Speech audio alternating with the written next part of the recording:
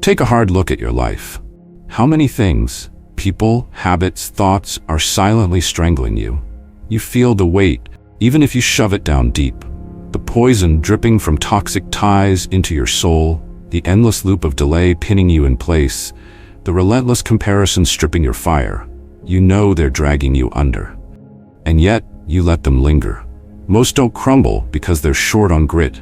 They collapse because they won't sever the ropes that bind them. They clutch friendships that bleed them dry, mindsets that gut their resolve, distractions that chew up their days. They shout about change, but sit still. They beg for pity over their battles, instead of slicing away what's dead with quiet steel. True power isn't yelling about your rebirth, it's carving out the rot without a whisper.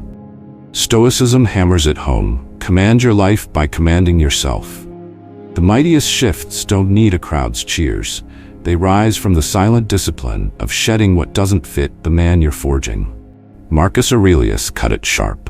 Waste no more time arguing about what a good man should be. Be one. Life's the same brutal game. Quit whining about what's gotta go. Axe it. Quit waiting for a green light. Just charge. In this guide, we're tearing into 11 silent saboteurs choking your life. Leeches that, once hacked away, unlock clarity, triumph, and unshakable calm. No excuses needed, no speeches required, just action. Will you step up, ready to rip back your strength and ditch the baggage in silence? Subscribe to Victory Stoic, smash that like, and share this with a warrior who needs it. Drop a comment below. I cut the chains. Let's roll. Number 1. Negative self-talk, the silent killer of potential. You hear it before anyone else does. That quiet voice in your head telling you you're not good enough. You'll fail like last time. Why even try? It doesn't shout. It doesn't need to. It whispers constantly until one day you start believing it's the truth. And once that happens, it owns you. Take Alex, a talented designer who had everything: skill, creativity, and potential. But his biggest enemy wasn't competition, lack of opportunity, or bad luck. It was the voice inside his own head. Every time he got a new project, that voice reminded him of his past mistakes. What if they hate it? What if you embarrass yourself? The more he listened, the more he hesitated. The more he hesitated, the worse his performance became. He sabotaged himself before he even started. And here's the kicker. He wasn't even aware of it. To him, these thoughts felt natural, logical, even protective. He thought he was being realistic. Science proves this isn't just in his head, it's in all of ours. Dr. Rick Hansen, a neuroscientist, explains that our brains are wired for negativity. It's called negativity bias, an evolutionary trait designed to keep us alert to threats. Thousands of years ago, this kept us alive. If you assumed every rustle in the bushes was a predator, you had a better chance of survival. But today, this same mechanism isn't saving us from danger, it's destroying our confidence. Every negative thought gets stored in the brain like a scar, while positive thoughts fade quickly unless we make a conscious effort to reinforce them. Marcus Aurelius understood this centuries before neuroscience could explain it. He wrote, "The happiness of your life depends upon the quality of your thoughts." And he was right. If you let negative self-talk dominate your mind, your life will follow the same downward spiral. But here's the truth. This is not a personality trait. It's a habit. And like any habit, it can be broken. So how do you silence the voice? First, become aware of it. Most people don't even realize how often they speak to themselves negatively. Pay attention. Catch yourself when you think, "I can't do this, I'm always screwing up. Nothing ever works out for me." Then reframe it. Instead of "always fail," say, "I've learned from my mistakes and I'm getting better." Instead of "I'm not good enough," say, "I have room to improve and I'm working on it." It's not about lying to yourself. It's about redirecting your brain toward a productive mindset. Dr. Carol Dweck, a psychologist at Stanford, calls this the growth mindset. Her research shows that people who see challenges as opportunities to learn outperform those who see them as confirmation of their inadequacy. Your thoughts don't just describe your world, they create it. Back to Alex. The turning point came when he started replacing his mental patterns. He forced himself to challenge every negative thought. When his brain whispered, "You're not good enough," he asked, "Says who?" When he caught himself assuming failure, he shifted focus to solutions. At first, it felt fake, forced. But over time, his brain adjusted. The voice got weaker, His confidence grew, he started taking risks, delivering better work, and attracting more clients. Nothing external had changed, only the way he spoke to himself. The power of self-talk is the foundation of every success or failure you will experience. If your mind is against you, nothing else matters. But if your mind is on your side, you become unstoppable. So the question is, what kind of voice are you letting shape your future? Number 2, procrastination. The silent killer of ambition. You know you should start. You know the deadline is creeping closer, that the opportunity won't wait forever, that the longer you delay, the harder it will be to begin. And yet you wait. You tell yourself you'll start tomorrow, next week, when you feel ready. But you never feel ready. The days blur into weeks, the weeks into months, and before you know it, the thing you once dreamed of doing becomes something you only wish you had done. This is procrastination, one of the most destructive habits, not because it actively ruins your life, but because it passively steals it. Take Daniel, a 34-year-old accountant who always wanted to start his own business. Every year he told himself the same thing. Next year, I'll quit my job and go all in. But there was always a reason to wait, a little more experience, a better economy, a more solid plan. Every time he delayed, he felt like he was making a rational decision, weighing the risks, being responsible. But in reality, he was just scared. 5 years passed. He was still at the same job, still talking about his future business, still waiting for the right time. Meanwhile, others with less knowledge, less experience, and fewer resources had already built what he only thought about.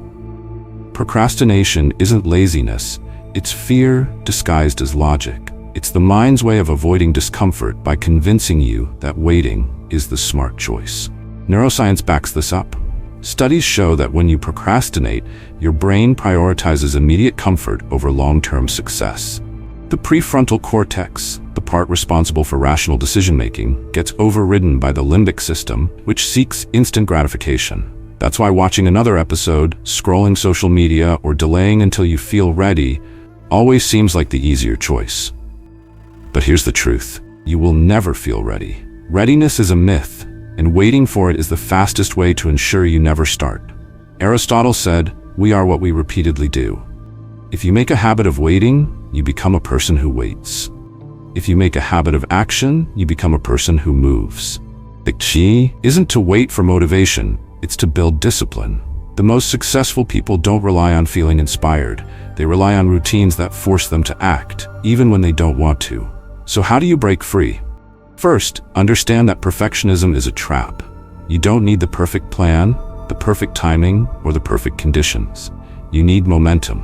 Start before you're ready. Write one sentence, make one call, take one small step. Once you begin, the resistance weakens. Second, use time to your advantage. Set short deadlines. Work in focused sprints. The more time you allow yourself, the longer your brain will convince you to delay. Finally, attach pain to inaction. Instead of just focusing on the rewards of success, think about the consequences of staying stagnant. Picture yourself in 5 years, still in the same place, still making the same excuses. Let that discomfort drive you. Daniel eventually realized this. He forced himself to take action, not by making a grand, perfect plan, but by taking small, tangible steps. He reached out to potential clients, built his first product, launched before he felt ready. And in doing so, he broke the cycle. His success wasn't about brilliance or luck. It was about refusing to let fear dictate his decisions any longer. Procrastination is a habit, but so is action. The difference between success and regret is whether you choose to break the cycle today or let it define you forever. So ask yourself, how much longer will you wait? Number 3, envy and comparisons. The fastest way to lose yourself. You see someone with the life you want, the career, the body, the confidence, the success. Instead of feeling inspired, you feel something else creeping in, envy. Why them and not me? What do they have that I don't? I've worked just as hard, but I'm still stuck here. The more you compare, the worse you feel. It turns admiration into resentment, motivation into self-doubt. You start avoiding those who are ahead of you, making excuses for why their success is undeserved, why you'll never get there. But here's the truth. Envy doesn't just make you miserable, it makes you blind. Take Emily, a fitness coach who spent years struggling with self-doubt. Every day on social media, she saw influencers with perfect bodies, thriving businesses, and massive followings. Instead of learning from them, she let comparison turn into bitterness. They must have had better opportunities. They probably had connections. It's easier for them. She convinced herself their success wasn't real, so she never studied what actually made them succeed. She spent more time resenting than improving, and as a result, she stayed stuck. Envy makes you avoid what you should be learning from. When you feel threatened by someone's success, you unconsciously push them, and the knowledge they could offer, away. Instead of seeing them as proof of what's possible, you see them as a reminder of what you lack. This is why so many people stay stagnant. They don't realize their jealousy is blocking them from growth. Neuroscience explains why. Studies show that social comparison triggers the same pain centers in the brain as physical injury. When you compare yourself negatively to others, your brain registers it as a threat, activating stress responses that lower confidence and increase avoidance behaviors. That's why jealousy doesn't push you to improve. It makes you freeze. But there's an alternative. Replace envy with admiration. The key is shifting from why them to how did they do it. Instead of seeing successful people as competition, see them as blueprints. Admiration leads to curiosity, and curiosity leads to growth. If someone has the life you want, study them. What are they doing differently? What habits do they have? What skills did they develop? Instead of letting their success make you feel small, let it show you the path forward. So how do you make the shift? First, recognize when envy is creeping in. The moment you feel resentment towards someone's success, pause. Ask yourself, is there something they're doing that I could learn from? Second, engage instead of withdraw. If you're jealous of someone's fitness, watch their training videos instead of scrolling past in frustration. If you envy someone's business, listen to their advice instead of dismissing them as lucky. Third, take action. Use admiration as fuel to implement real changes in your own life. Turn their wins into lessons, not excuses. Emily eventually realized this.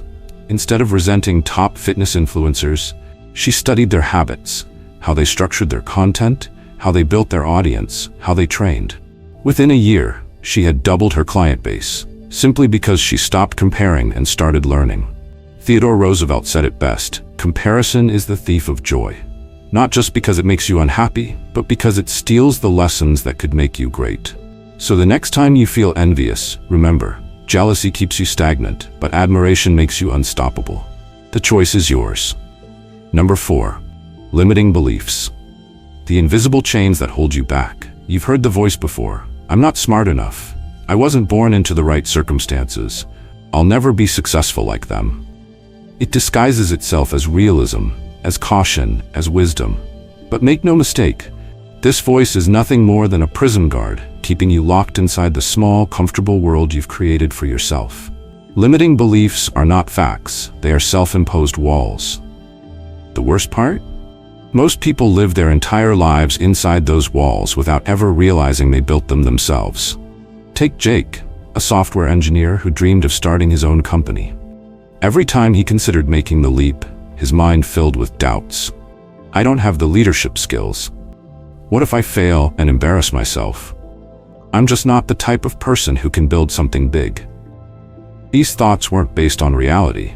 They were based on past experiences, fears, and deep-seated insecurities. He never tested them, he simply accepted them as truth. So he stayed in his job, watching others, some less experienced, some less talented, launch startups while he remained exactly where he was.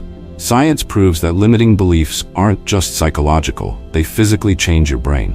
Neuroscientists have found that the more you repeat a thought, the stronger the neural pathways associated with that thought become.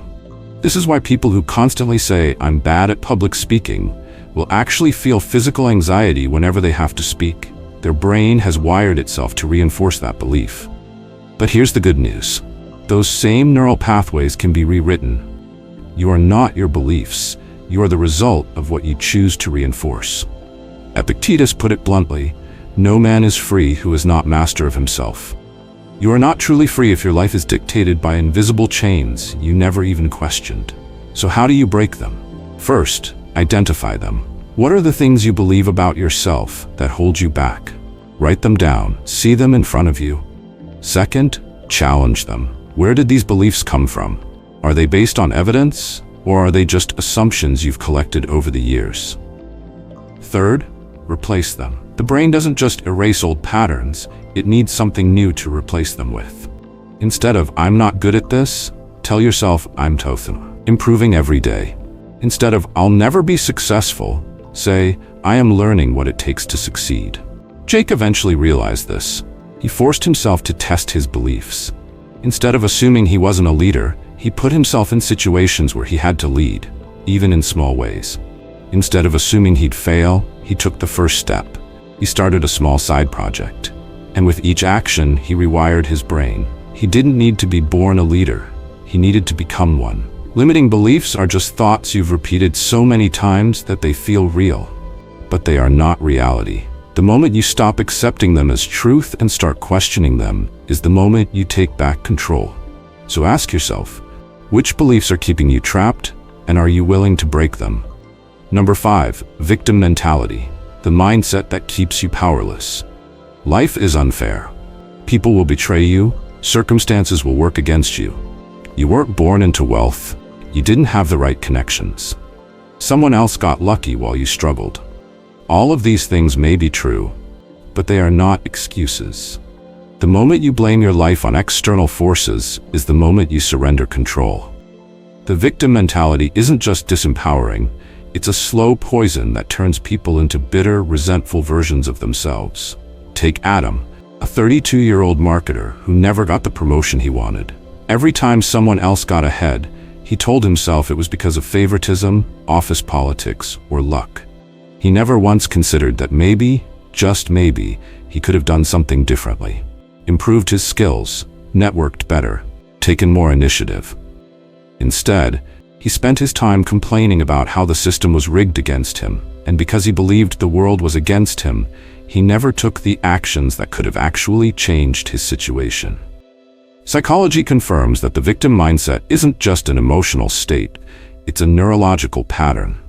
When you constantly blame external factors, your brain reinforces the belief that you are powerless. Dr. Martin Seligman, the father of positive psychology, calls this learned helplessness. People who constantly see themselves as victims literally train their brains to stop looking for solutions. Over time, they lose the ability to take control, even when the opportunity is right in front of them. Nietzsche understood this long before modern science did. He wrote, "That which does not kill us makes us stronger." The difference between those who rise and those who stay stuck isn't luck, it's accountability. Every successful person has faced hardship, setbacks, and injustice. The difference is that they refuse to let those things define them. So how do you break free? First, stop blaming. The next time something goes wrong, ask yourself, what could I have done differently? What can I do now? Even if something isn't your fault, it is still your responsibility to respond in a way that serves you. Second, rewrite the narrative. Instead of thinking life is against me, tell yourself life is testing me. Instead of I have no control, say I control how I react. Third, take action. Even the smallest step toward progress is more powerful than a lifetime of complaining. Adam eventually realized this. Instead of blaming others for his lack of success, he asked himself what he could do. He took extra courses, improved his communication skills, and started building relationships with higher-ups. Within a year, he got the promotion he thought he'd never have. Not because the system changed, but because he did. Victim mentality is a choice. So is taking control. The question is, are you going to keep waiting for the world to be fair? Or are you going to make things happen for yourself? Number 6. Toxic relationships. The people you keep will make or break you. You've met them before. The friend who always has a crisis but never a solution. The relative who only calls when they need something. The partner who belittles you in private but plays the perfect role in public. The coworker who thrives on gossip, tearing others down while pretending to offer honest advice. These people are energy leeches, draining you of time, motivation, and sanity while contributing absolutely nothing of value. And yet, so many people keep them around, terrified of cutting ties, as if loyalty to dysfunction is some kind of virtue.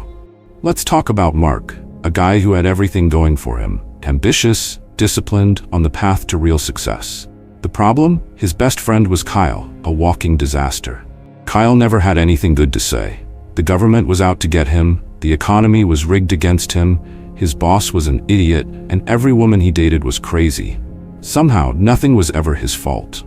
He didn't just complain, he marinated in misery, and he made sure to drag Mark into it every chance he got. Every time Mark shared a new goal, Kyle had a reason why it wouldn't work. Dude, the market's too competitive. You really think you can make money doing that? Man, just be realistic. It was constant negativity disguised as wisdom. And Mark, like so many others, let it slide. He told himself Kyle was just looking out for him, that he was being realistic. But in reality, Kyle wasn't protecting Mark from failure. He was protecting himself from having to watch Mark succeed. And that's the truth about toxic people. They don't want to see you rise because it forces them to confront their own stagnation. Science backs this up. Studies in social psychology show that our environment heavily influences our behavior and mindset. The more time you spend with negative, toxic people, the more their pessimism seeps into your thinking. Dr. David McClelland of Harvard found that the people you associate with can determine up to 95% of your success or failure. Surround yourself with winners and you rise. Surround yourself with miserable, bitter people, and guess what? You start sounding just like them. Socrates knew this over 2,000 years ago when he said, "The unexamined life is not worth living." Yet so many people refuse to examine the company they keep. They hold on to toxic relationships out of habit, obligation, or sheer fear of confrontation. But here's a brutal truth. Not everyone deserves a seat at your table. So how do you fix it? First, recognize who is bringing value to your life and who is simply extracting it. If someone consistently drains your energy, fills your mind with doubt, or offers nothing but negativity, cut them loose. No explanation needed, no dramatic speeches, just distance. Second, set boundaries. Toxic people will always push to see how much they can get away with. The moment you start demanding respect, they either adjust or disappear. Either way, you win. Third, replace them with people who challenge, inspire, and elevate you. You don't just need people who cheer you on, you need people who push you to be better, who hold you accountable, who refuse to let you settle. Mark eventually learned this. He distanced himself from Kyle, not with an argument, not with some grand confrontation, but with quiet action. He stopped engaging in the negativity, started focusing on his own growth, and let the distance grow naturally. Kyle? He found someone else to complain to. And Mark? He surrounded himself with people who wanted to win. Within a year, his mindset was sharper, his energy was higher, and his success was undeniable.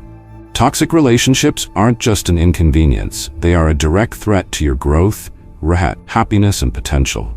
The people in your life either push you forward or pull you down. There is no neutral. So, who are you keeping around? And more importantly, are they worth the space they take up? Number 7. Unhealthy habits. The slow suicide you call living. You tell yourself it's just a phase. The nights spent drowning in cheap liquor, the mornings wasted in a haze of regret, the body that once felt strong now sluggish and weak. You justify it. I'm young. Everyone does it. I'll clean up my act later, but later never comes. The longer you keep these habits, the harder they are to break, and before you realize it, they've become part of who you are. Take Ethan, a 27-year-old with a promising career and a bright future, on paper. In reality, his life was an endless loop of drinking, casual flings, and just enough work to avoid getting fired. Friday nights turned into Sunday mornings at the bar, with no memory of what happened in between. Monday through Thursday was spent recovering, promising himself he'd slow down, only to repeat the cycle again. He told himself he was living his best life. In truth, he was slowly erasing himself. And let's not forget Jason, who thought weed was harmless. He wasn't an addict. He just needed it to relax, to sleep, to function. What started as an occasional escape became a daily ritual. His mind, once sharp and ambitious, dulled into apathy. His body followed, slow and unmotivated. He convinced himself he was in control, but the truth? Anything you can't stop doing is in control of you. Seneca said, "Associate with those who improve you." But what happens when the person pulling you down the most is yourself? Unhealthy habits aren't just about your body. They corrupt your mind, lower your standards, and trap you in mediocrity. So how do you break free? First, acknowledge the truth. Not the version you tell yourself to feel better, but the reality of what these habits are costing you. Second, replace destruction with discipline. Trade late nights for early mornings. Trade cheap highs for real achievements. Trade quick pleasure for lasting fulfillment. Third, surround yourself with people who demand better. If your social life revolves around bars, drugs, or mindless indulgence, expect your future to reflect that. Ethan eventually woke up, literally and metaphorically. He cut the all-night benders, prioritized his health, and focused on his goals. The friends he drank with every weekend, they barely noticed he was gone. Jason finally realized that his relaxation habit was just an excuse for avoidance. He quit, got back in shape, and reignited the ambition he once had. You don't have to hit rock bottom to change, but if you keep these habits long enough, you will. The choice is simple. Do you want to escape reality, or do you want to build a life you don't need to escape from? Number 8. Material obsession. Buying happiness that never comes. You buy the bottle of whiskey, but you can't just have the bottle. You need a display stand, because a bottle alone looks unimpressive. You need a fancy opener, because a regular one doesn't feel luxurious enough. You need a specific set of glasses, because apparently, drinking from a regular glass is for peasants. You need a matching napkin, because why not? You need a limited edition version of the same thing you already own, because exclusivity makes it taste better, right? This is modern materialism, not the pursuit of value, but the endless collection of meaningless variations of the same thing. Society convinces you that every purchase is incomplete without another one. It's not enough to own a car. You need the leather seats, the custom rims, the ambient lighting package, the designer keychain. You can't just have a phone. You need the case, the wireless charger, the smartwatch to go with it, and a second phone because why not? The problem isn't having nice things. The problem is believing that owning more will finally make you feel complete. But it never does. You buy the upgraded version, the better edition, the luxury model, and then what? A few days of excitement and then the emptiness returns. So you chase the next thing and the next, and suddenly, your home, your car, your life is filled with objects that meant everything when you bought them, but mean nothing now. Psychology explains why this happens. Studies show that humans adapt quickly to new possessions. The thrill of a purchase fades rapidly, forcing you to seek the next hit. Dr. Thomas Gilovich at Cornell University found that experiences bring longer-lasting happiness than material goods because experiences become part of your identity, while objects simply become clutter. Yet, most people don't learn. They keep consuming, keep accumulating, drowning in things while starving for meaning. So how do you break free? First, question every purchase. Do you want it because it adds value or because you've been told you need it?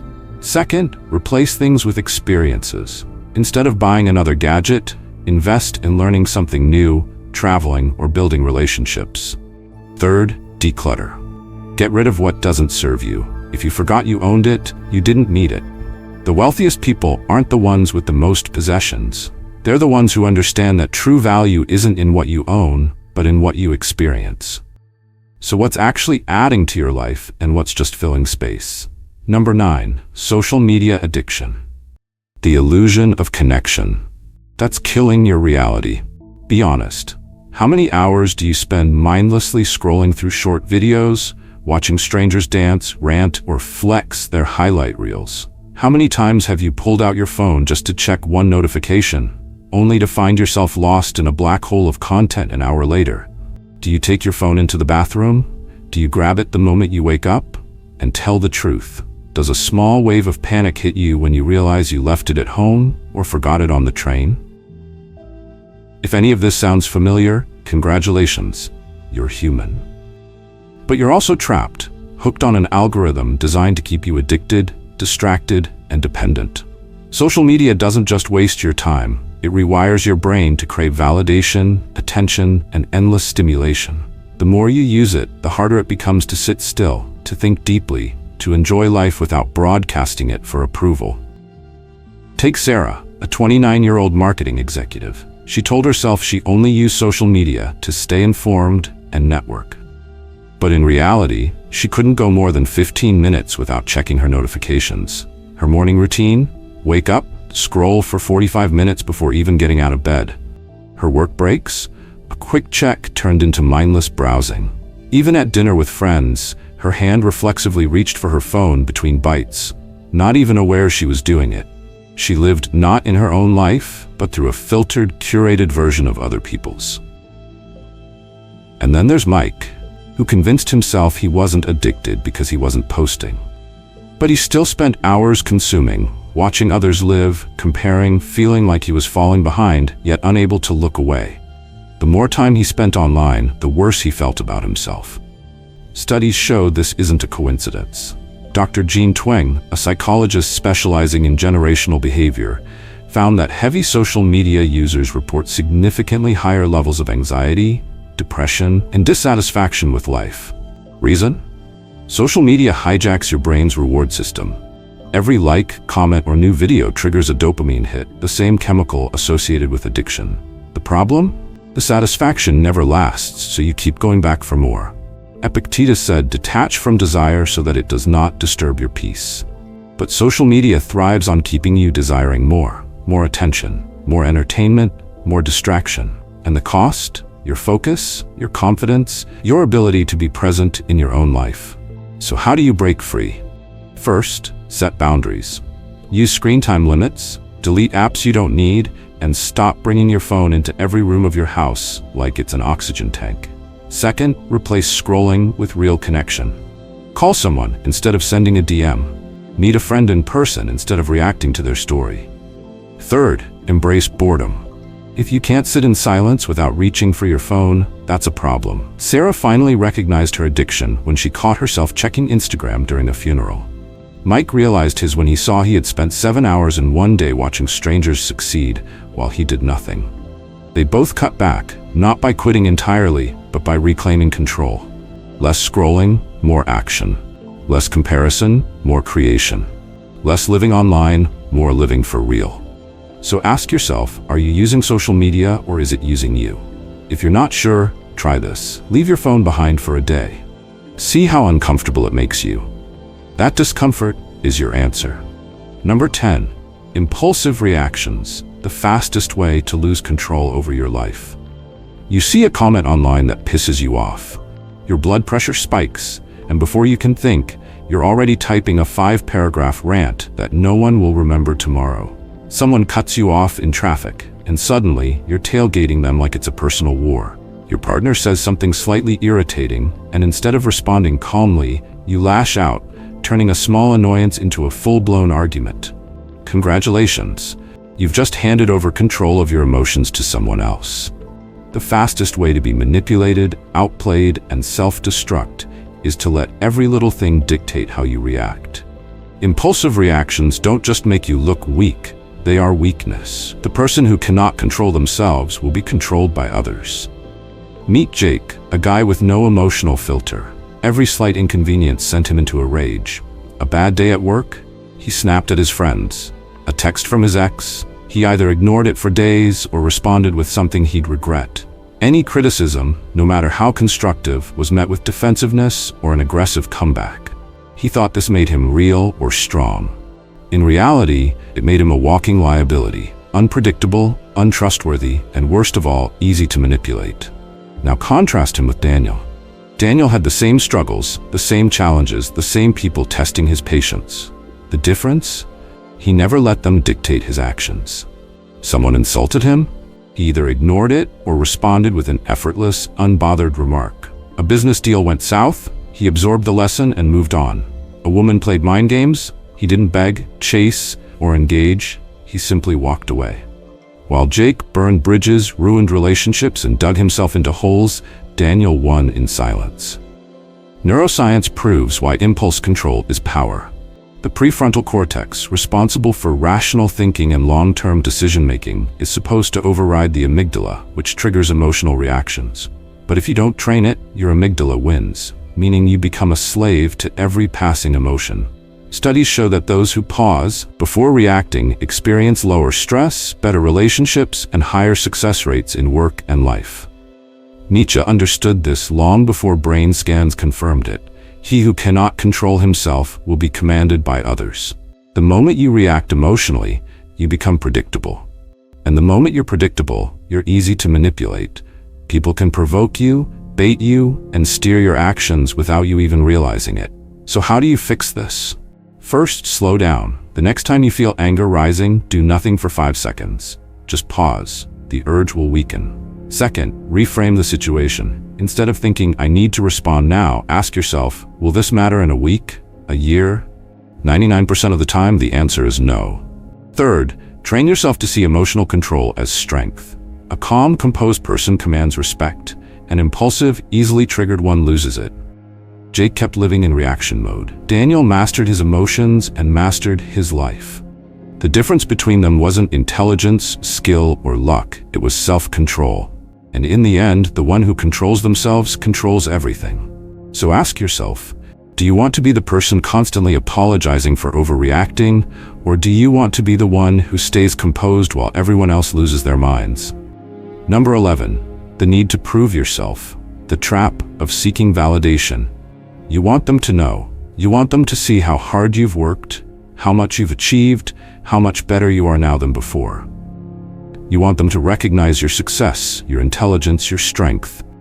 Maybe it's your ex. Maybe it's your family. Maybe it's a group of people who once doubted you. So you tell them. You flex. You subtly, or not so subtly, mention your wins. You make sure your achievements are seen. But the harder you try, the emptier it feels. Because the moment you feel the need to prove your value, you are signaling that you don't fully believe in it yourself. Think about the loudest guy in the room, the one constantly boasting about how much money he makes, how many women he's dated, how successful he is. Does anyone take him seriously? No, because the fact that he's shouting it tells you everything. He's still seeking permission to feel valuable. People who are truly successful don't need to announce it. They let results speak. Take Brian, a guy who built a 6-figure business but couldn't shut up about it. Every conversation he found a way to insert it. Yeah, ever since I hit my first 200K, things have just been different. He thought this would earn him respect. Instead, people rolled their eyes. They saw right through it. Meanwhile, his friend Jake, who made even more money, never mentioned it. And ironically, Jake was the one people respected more, because his success was felt, not declared. Psychology confirms why this happens. Studies show that when people overly assert their success, others perceive them as less competent, not more. Dr. Cameron Anderson, a psychologist at UC Berkeley, found that people who subtly exude confidence without broadcasting it are seen as more powerful and influential. Those who constantly talk about their value, they come across as insecure, desperate for validation. The Stoics knew this centuries ago. Marcus Aurelius never needed to tell people he was the most powerful man in Rome. His rule proved it. Seneca put it simply, a great man is known by his silence. Real power doesn't beg to be seen. It is undeniable. So how do you escape the validation trap? First, shift your focus inward. Instead of thinking, how do I make people see my value, ask, am I truly living up to my own standards? Second, let your results do the talking. A successful person who doesn't flaunt it is infinitely more impressive than one who does. Third, detach from external approval. If your confidence depends on recognition from others, you will always be controlled by their opinions. Brian kept talking. Jake kept winning. One sought validation, the other embodied it. The difference? One needed to prove himself, the other simply was. So ask yourself, do you want to be seen as great, or do you want to actually be great? Because if you truly are, they'll know. Closing. Cut in silence, grow in strength. The things you remove from your life matter just as much as the things you build. Growth isn't just about adding, it's about subtracting what weakens you. The distractions, the toxic people, the excuses, the self-doubt, all of it must go if you want to reach your full potential. Stoicism doesn't teach you to announce your transformation, it teaches you to live it. You don't need permission, you don't need validation, you need discipline, self-respect, and the courage to walk away from what no longer serves you. When you cut the noise, Remove the excess and focus only on what makes you stronger. You become unstoppable. The choice is yours. Do you keep carrying dead weight, or do you drop it and rise? If you're ready to take control, comment below with eliminate and elevate. Let this be your declaration, not to the world, but to yourself. Thank you for watching Victory Stoic. If this video resonated with you, hit like, share it with someone who needs to hear this, and subscribe for more content on strength, discipline, and mastery. Now go, cut what weakens you, and build what makes you unbreakable.